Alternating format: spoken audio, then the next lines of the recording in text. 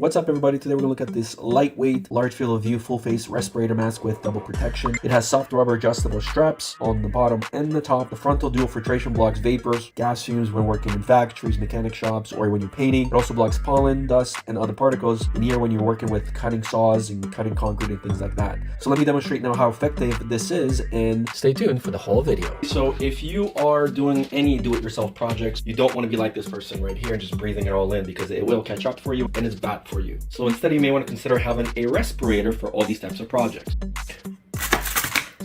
Commercial grade rubber bench straps, so with any face. This is a suction barrier right here to make sure no elements go in, completely see-through.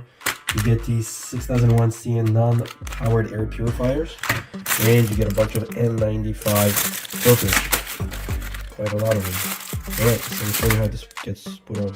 Take these out of the pack, and then these clip on like this. They turn. Okay, and you take these, and then you place this on top. Like this. There you go. These are replacements.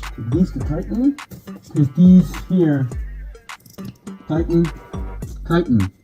If you let these loose, just press down, and lift the mask. Complete suction on your nose and around your face to make sure that no dust elements get through. Let me show you.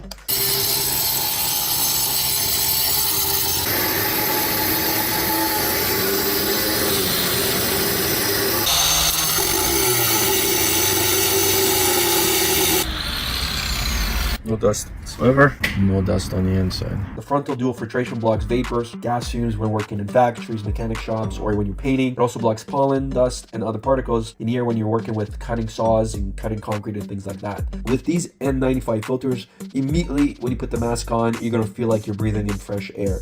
You obviously want to swap these out, I would say maybe every month or so, and you can always reorder more online. So that's the video. Thanks for watching. We'll see you guys on the next one.